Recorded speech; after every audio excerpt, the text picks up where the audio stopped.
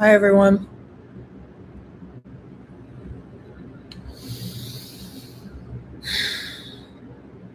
This message today is dedicated to my beautiful friend, Renee.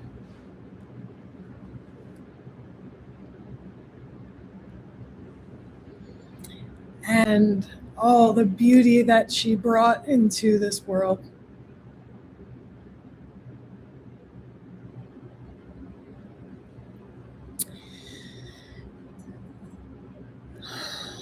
I want to talk today about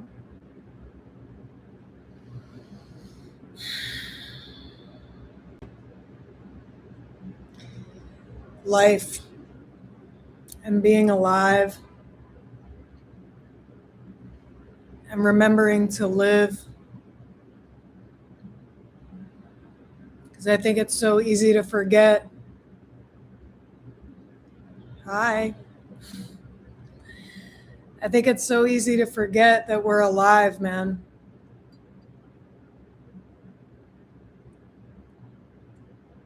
I have my hibiscus tea.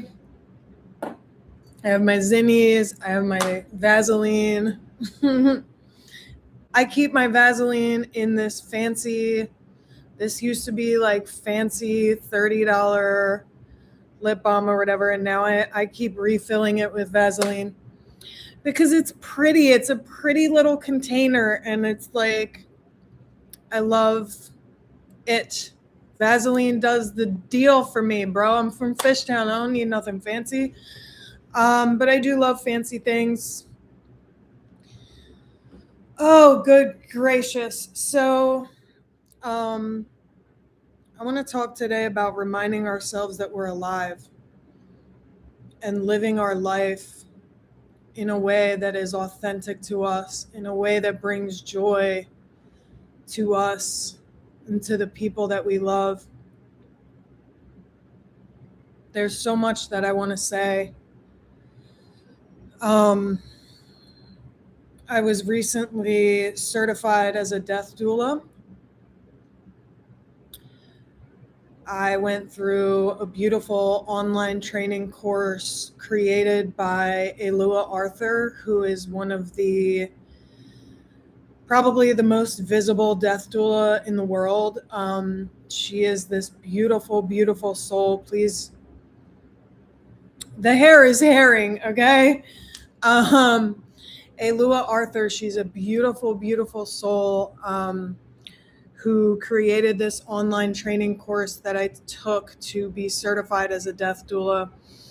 And I have wanted to make a video for a long time about what I learned in that course and the impact that that course had on me.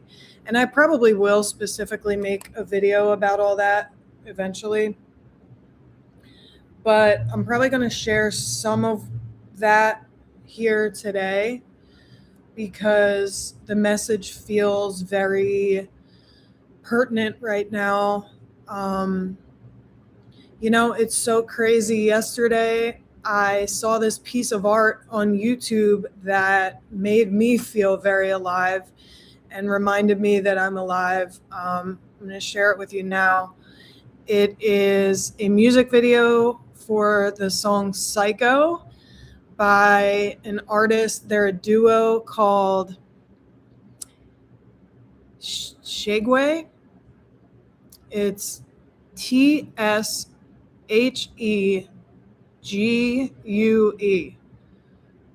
Look them up. They are incredibly dope.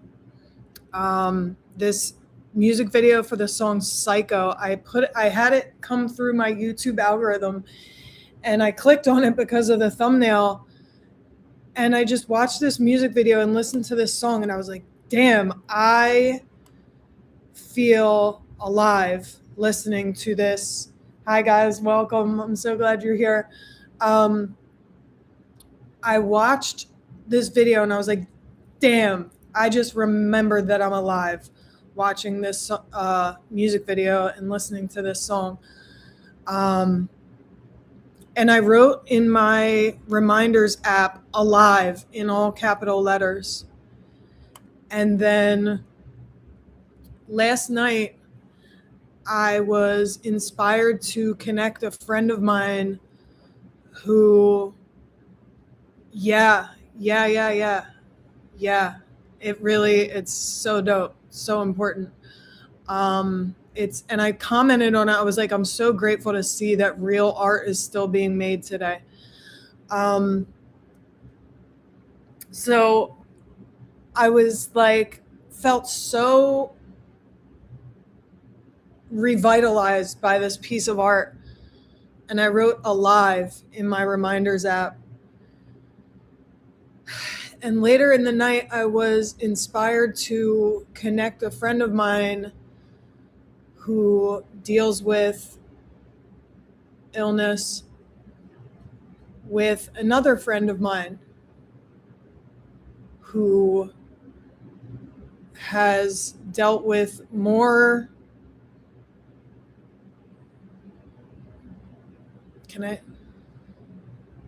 Is this okay to share this?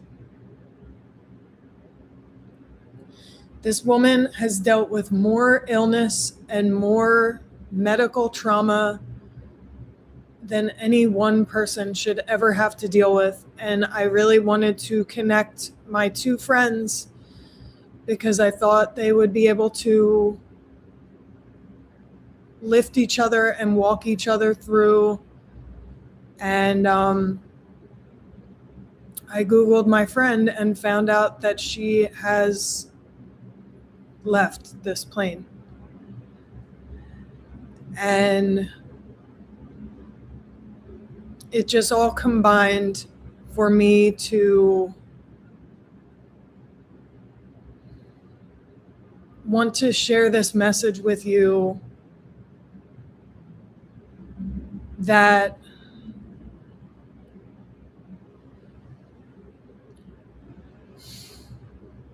thank you guys. Like, Renée is such a breathtaking example of alchemy and bringing beauty and love and grace and dignity to anything that life can throw at us.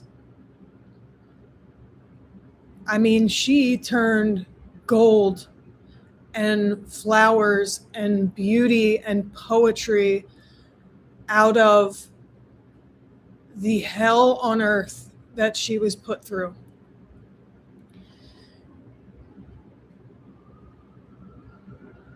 And it reminded me of many other things, to never take for granted that we are alive, man. That we can dance and enjoy and eat food and text a friend and exchange a cute video that we found or share a beautiful piece of art that impacted us, that we can, today I've picked up a new signature smell and it smells really good and I like to spray it on myself and it smells good. Ooh, and I just got it in my mouth. To remember that, there is so much darkness and there is so much illusion trying to take us out of the game right now. And we will refuse. I read for the people that refuse to let it get to us. You are still alive. There is so much juice and so much beauty and so much joy and deliciousness to be had in this life. And yeah, I talk to you guys a lot. I'm dealing, I'm working on my addiction to I'm working on my addiction to these things. I went from 4 milligrams to 2 milligrams and I'm going to go from there. But fuck it. If you're addicted to nicotine, enjoy that shit for now. you know? I'm not like an advocate for being on things that are unhealthy, but like, damn, you know, I'm in recovery from alcohol and drugs. It's not the worst thing I've ever put in my body. And still, yeah. And it's like, I don't, of course there are worse things than nicotine. And like, I don't want to use that to justify being addicted to something because I know it's not healthy and I'm working on it. But like, while I have these things in my life, I'm going to enjoy it. You know, I'm gonna enjoy my little zinnies and whatever. So one of the messages that I wanted to get across that came from my training as a death doula. For many years, I've been inspired by the work of Ram Dass that he did with the dying. Big fan of Ram Dass. I tattooed some of his words here on my arm. Big fan of Daddy Das, and I always loved listening to his work with the dying, and I was really inspired by that. And a little over 2 years ago, I got the immense honor to take care of my grandfather for the last 3 days of his life, and I was alone with him at 3:30 in the morning, April 12th, 2024, when he dropped his body. And it was just me and him together while the house shook with the most epic rainstorm that I've probably ever experienced in my life. It felt like the addition to the house was going to blow off. Because what better way for God to welcome him home than with an epic storm?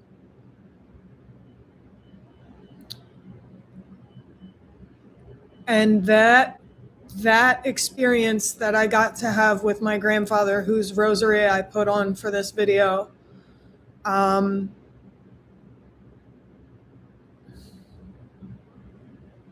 that love of Ram Dass work and that incredible experience that I had with my grandfather inspired me to pursue becoming certified to be a death doula and to help other people walk through this transition. One of the biggest things that I took away from my training as a death doula is legacy. And what legacy do we want to leave behind? How do we want to be remembered? So a birth doula is someone who assists in the birthing process. A death doula is a person who assists in the dying process and walks the family, the loved ones, the circle of care, and the dying person through the dying process, and offers support and love and sometimes legal help, sometimes medical help, sometimes just running errands for the family to give the caregivers a break.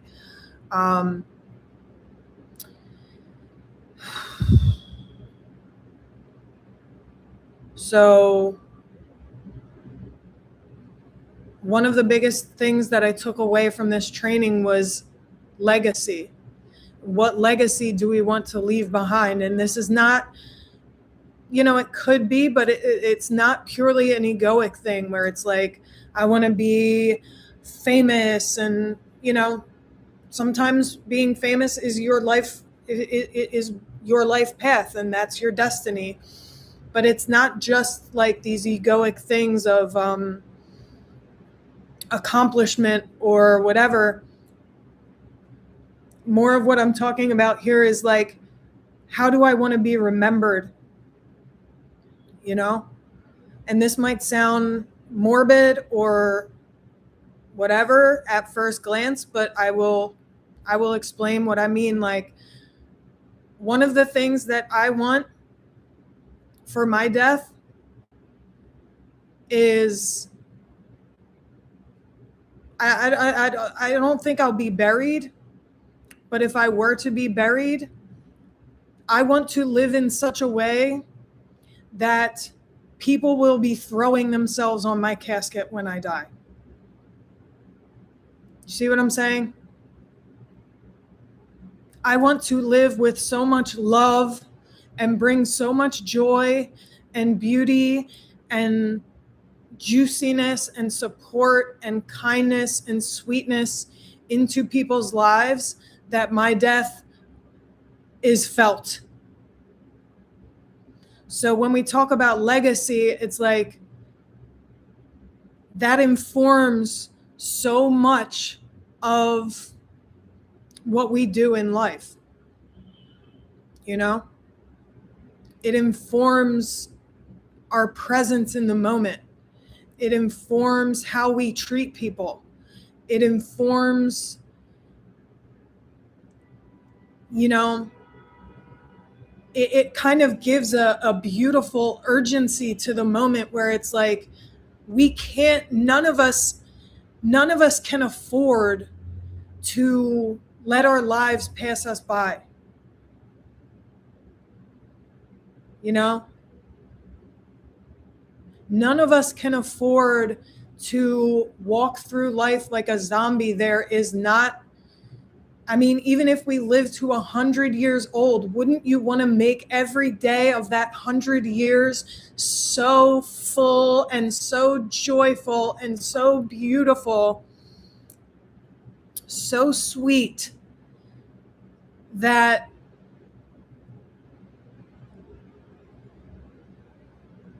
you know, some people that I've learned a lot from in this life call this mentality like living for your deathbed.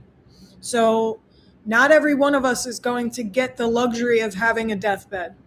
None of us know how we are going to die. You know, could happen at any time to any one of us.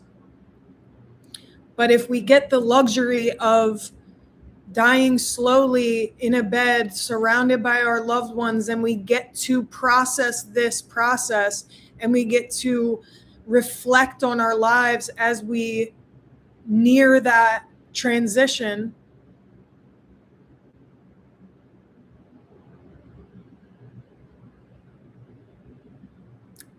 I know that if I get this luxury of dying slowly and being able to reflect on my life, I want to enter that process knowing that I sucked the juice out of this life, that I laughed and that I lived, and that I didn't waste any time inauthentically trying to live my life by anybody else's standards or anybody's desires but mine. That I lived with compassion and that I lived with passion and sweetness and silliness and goofiness and the things that are authentic to me. That I, when I had, you know, the ability to, I bought myself a nice spray and I enjoy it. And I, you know, as I worked on my addiction to nicotine, I fucking enjoyed those things. You know, I'm not going to beat myself over the back for nothing. Even in the things that I want to change, I hold my hand gently through those things.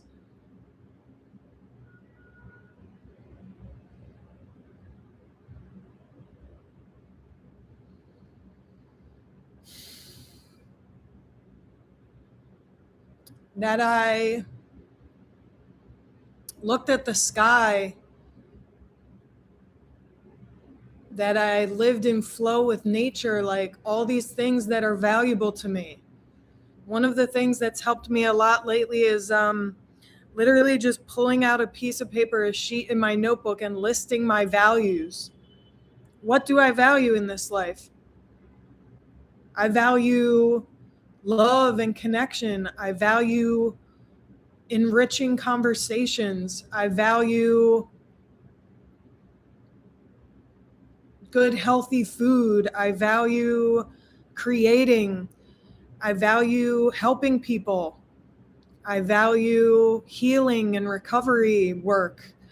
I value nature. I value the city. You know, I'm a city girl. I've lived in cities pretty much my whole life. But as I get older, I'm pulled to nature more. I value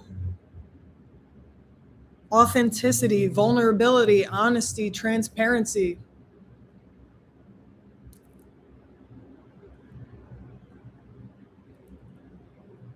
I value God. I value centering God in my life.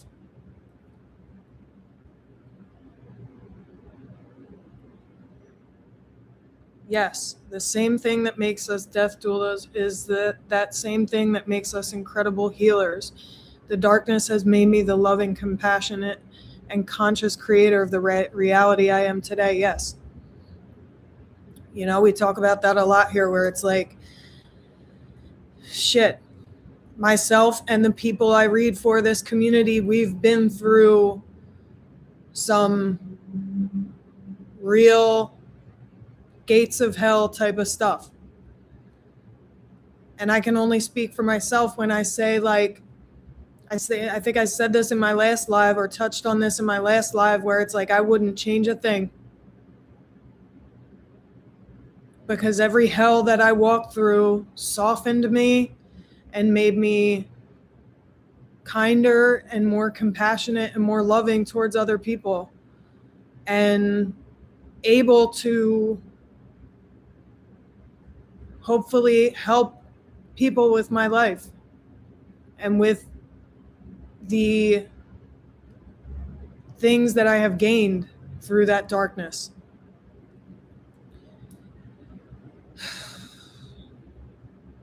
So like, I just had this message come through of like, if you have fear around living or like stepping into your purpose and what you know is your authenticity in this life,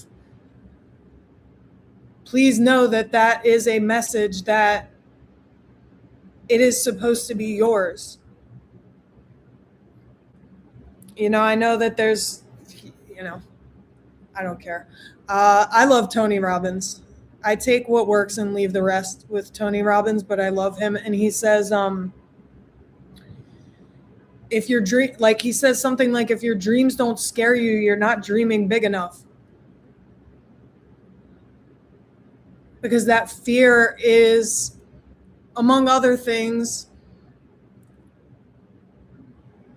pushing you to the next level of your being. That fear is your nervous system response to things that are unfamiliar. So it's like, yeah, maybe the success that is destined for you is unfamiliar to you. So that might feel like a threat to your nervous system, but just know that that's where discernment comes in. And it's like, is this fear because this is threatening my life? Or is this fear because it's a next level of greatness that I am being called to attune my nervous system to?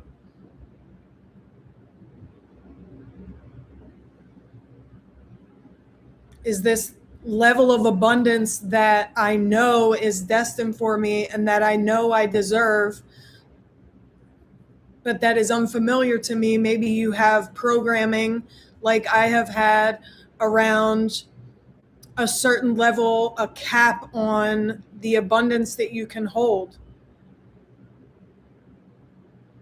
But it's like, no, I know I am destined for unfathomable abundance. So how do I soothe myself in the stepping into what I know is for me.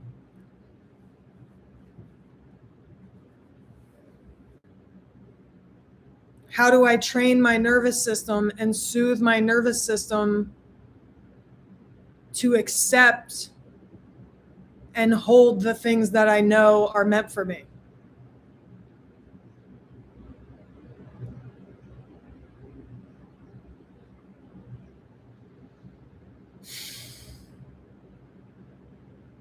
Create that thing.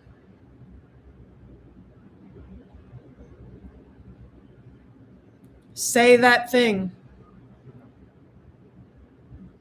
Take that training. You know? And I'm called to say there might not be a whole lot of people, especially around you in your current environment, that are going to understand your pursuit of what you are destined for. And I say this with all the love and compassion and kind of heartbreak in observing this. But if you look at people, most people out there that you see in normal life, are they happy? Are they full of passion, full of joy, full of fulfillment and living their purpose and living their best life and, you know, like authentic and present and living in the moment and living their best life? Or are most people out there that you see just going through the motions, man, every day, working a job that they hate, with a spouse that they can't stand, you know? Because that was what perhaps was modeled to them, and that was what they were told was the correct way to live life. You know, you got to go to college, you got to get a job, you got to get this, you got to do that, you got to work 60 hours a week, you got to get the wife, you got to get the house, you got to get the kids. And it's like they follow this path that was prescribed for them, probably through well-meaning people, you know, people who wanted to see their children do well and say, well, this is how it worked for me, or this is what I was told to do, so this is what I'm going to tell you to do. And it's like, for whatever reason, for safety's sake, for security, whatever, they follow this path that was set forth for them, whether it feels authentic to them or not.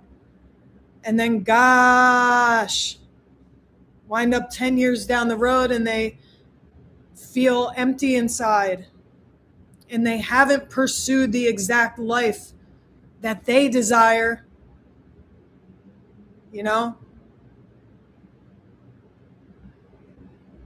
Just take a second and imagine what the world would look like if every person out here was living exactly the way they wanted to. Imagine how many undercover artists are out there. Imagine how many, you know, incredible athletes or healers or singers who are too afraid to share their voice. I hope this can be a reminder to someone to live exactly the way that feels right for you.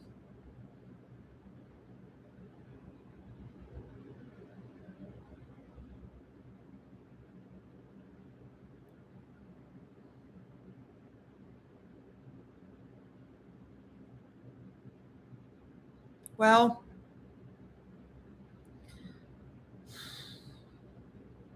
don't let money be a prison that you allow yourself to be locked into. Money is an energy. Money is nothing but an energy. So if you tell yourself things about money, that will be your truth. If you tell yourself that money is hard to make and you have to grind for money and you have to do things that you hate to get money, then you will absolutely have to do things you hate to get money. And money will be hard to make. If you tell yourself that you are abundant and that money is abundant and that your energy attracts money effortlessly, then that will be your reality. We can talk more about that in other videos. I could talk about that for a long time. But money is an energy, and money responds to your energy. And this whole reality that we live in responds to what you believe about it. So if you are out here feeling trapped by your beliefs about money, know that they can change at any given moment.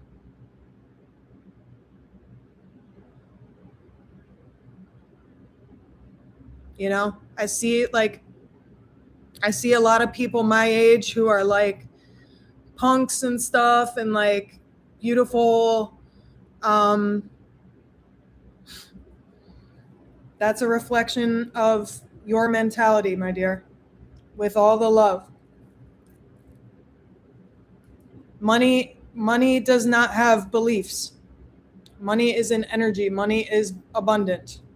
Money responds to your beliefs about money.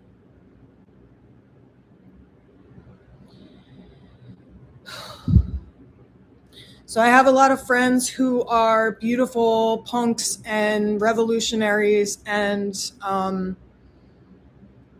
beautiful, beautiful people. And unfortunately, I hear a lot of people of this ilk talking like, oh, I hate rich people. I hate money. Which I totally understand where that mentality comes from. I would say those same exact words many years ago. Like, many years ago. But you got to understand that saying those things and holding those beliefs is exactly what keeps money away from you. It's exactly what keeps you from becoming a rich person. Yes, I understand that there are a lot of people out there with a lot of money who are doing very horrible things. But that is not money's fault. That is not abundance's fault. That is a projection of their own darkness, those individuals. So I absolutely understand where that mentality comes from of like, oh, I hate rich people. I hate what money does to people. I hate money. Yeah, I get it. But you have to be aware of the impact of that energy that you're putting out.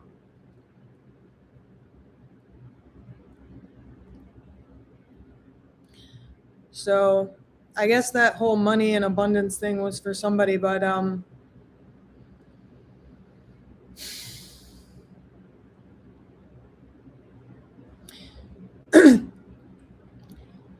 the pursuit of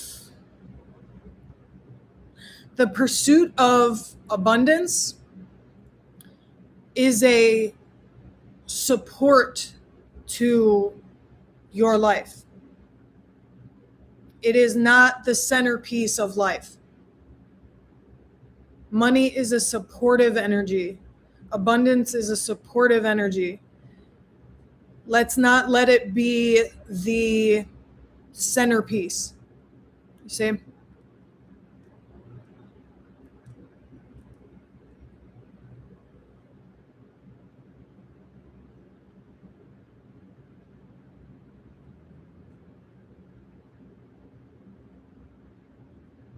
Yes. Love is abundance to me. Yes. Yes, we are rich in all ways. We are rich in love. We are rich in connection. We are rich out here. We are rich, baby. Ah! We are rich in life. We are rich in laughter. We are rich in experiences.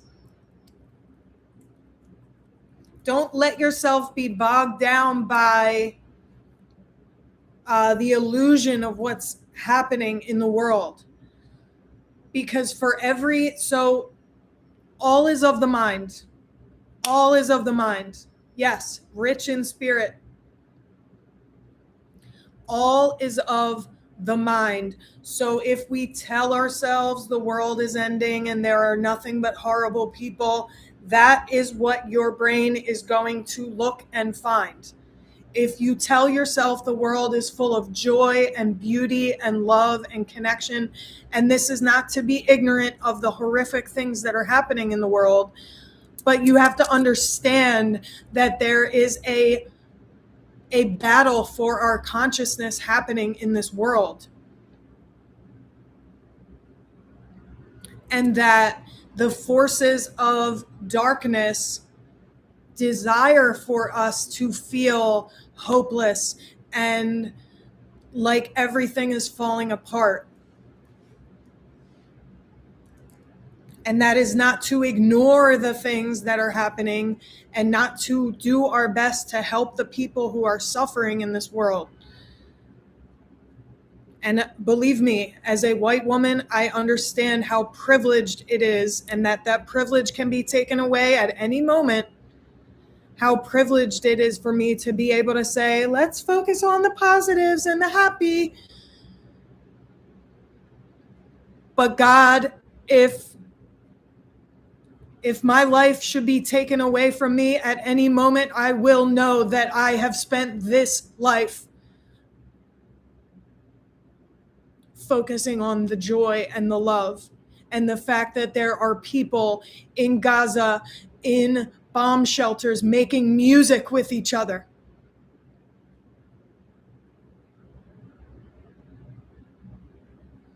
They cannot break the human spirit. They cannot take away connection and love and laughter and joy. And they will not.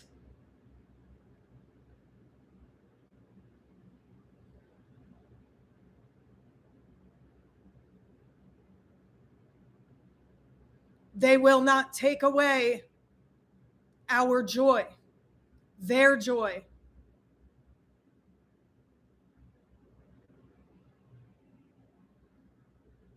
And again, this is not to ignore or act like the suffering of Palestinians or people in Sudan or people in the Congo does not exist. We can hold two things at once. We can hold help and compassion and heartbreak for the people in this world who are suffering, but to be allowing ourselves to live in misery because of the horrific things that are happening, that is the bastards winning. Don't let them win.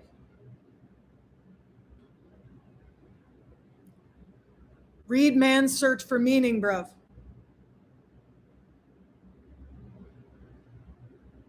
History is a cyclical thing. Man's Search for Meaning. Read it, please.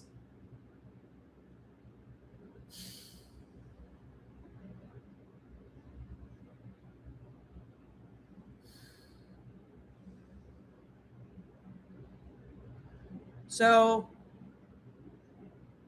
back to some of the things that I learned in death doula training. So, like, how do we want to be remembered? Thinking of how we want to be remembered informs the way that we live our lives. Thinking about our death informs the way we live our lives. I want to live in such a way that my death is felt, because my life will be felt. You see? And if I shall get the luxury of having a deathbed and get to die slowly and reflect on my life, I want to cross over that bridge with a smile on my face, knowing that I brought as much love and beauty and laughter and joy and sweetness into this world as I possibly can. And it's a practice, man. It's a practice of remembering these things. It's not just a decision that we make and that blankets our whole lives. It is remembering in the moments, you know, when you have the choice between yelling at someone who transgresses you on the street or whatever, or smiling at them and knowing that they are just living their own story. You know, and I'm not advocating for letting people walk all over you, of course. I also advocate for telling MF what is good when it needs to be, and standing up for yourself at all costs. You know? And that is living authentically and beautifully as well.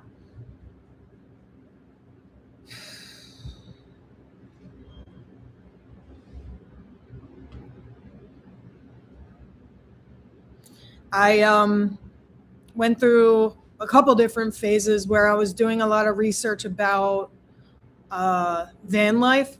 Like I went through a phase where I really wanted to live in a van and build out the back of a van and travel all over the place. And I still might do that someday. But in that research process, I fell in love with a man named Bob Wells, who has a YouTube channel called Cheap RV Living. And he's like a legend in the van life community, who is an advocate for like, he's been doing this for like decades. And he helps so many people live cheaply in van life lifestyle. He showed up in Nomadland, the movie and the book. I've seen the movie and I've read the book. Bob Wells shows up in both. I've watched a lot of his YouTube videos, and he talks a lot about, you know, he lives for his deathbed. He lives in a way that will allow him to die in peace.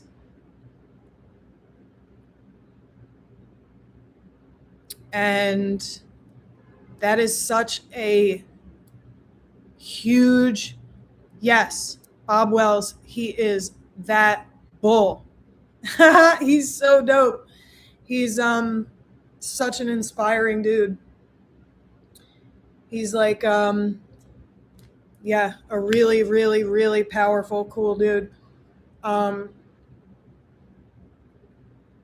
Definitely a celebrity in my world.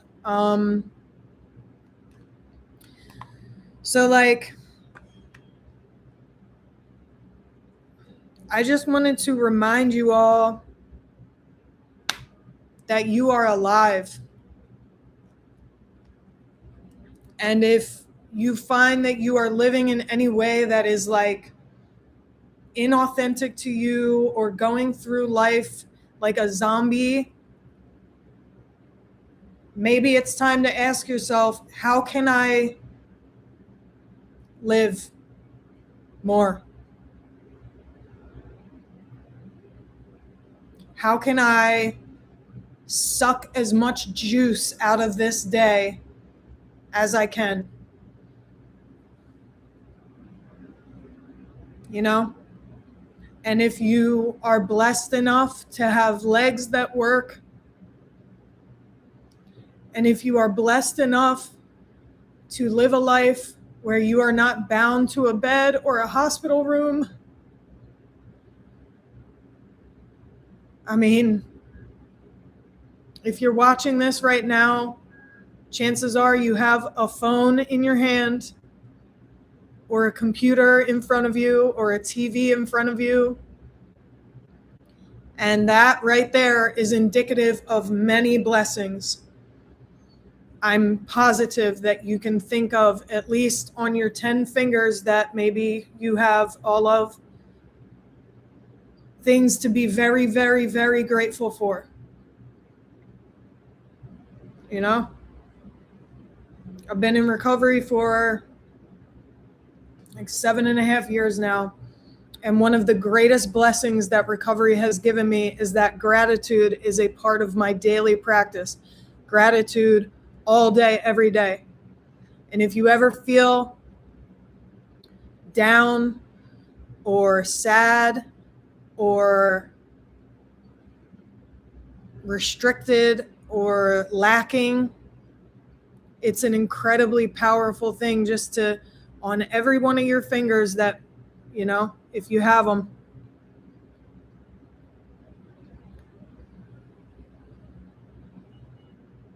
funny YouTube videos. I ate a acai bowl today and it was really good. I get to connect with you guys. I got to have Renée in my life. And now I get to have Renée as one of my angels. I'm meeting up with a few of my friends soon that I haven't met yet and some that I haven't seen in over a year. And we're going to dance. I can't wait. We're going to dance. We're going to go out and dance. I got myself a new fragrance today and it smells so good. I live inside. I used to be homeless, man. And now I have this gorgeous apartment that looks like my soul exploded all over the walls. I have food in my fridge. I have beautiful friends who love me. And this summer I get to take my little sister to see My Chemical Romance for the second time within a year. Because number 11, my little sister is obsessed with My Chemical Romance. Yo, my little sister is obsessed with My Chemical Romance. The band that saved my life when I was a teenager. My little sister is now obsessed with My Chemical Romance. And I get to take her little ass to go see them again.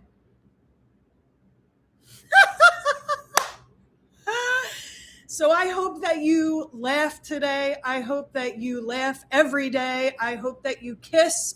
I hope that you hug. I hope that you smile. I hope that you smell the sky. I hope that you live. I hope that you live. What's that song? I hope you dance. That song takes me out. That song takes me out. I hope you live in a way that is so authentic to you that it turns off one in every 2 people who sees you. Because most people, unfortunately, out here are not living their truth, man. So if people disapprove of you, that is just a projection of their own stuff. Remember that. And we pray for them. And we hope that they jump onto this with us too. I pray that you live in a way that you die with a smile on your face, knowing that you lived so fully and so beautifully and so juicily that your death is felt. Because your life is felt in whatever way that is authentic to you.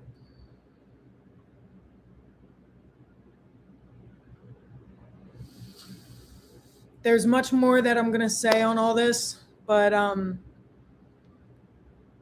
got some more living to do today. I thank you all so much for your presence here and your support and your love. It is filling me in a way that I can't even say. I love you guys, and I'll see you next time.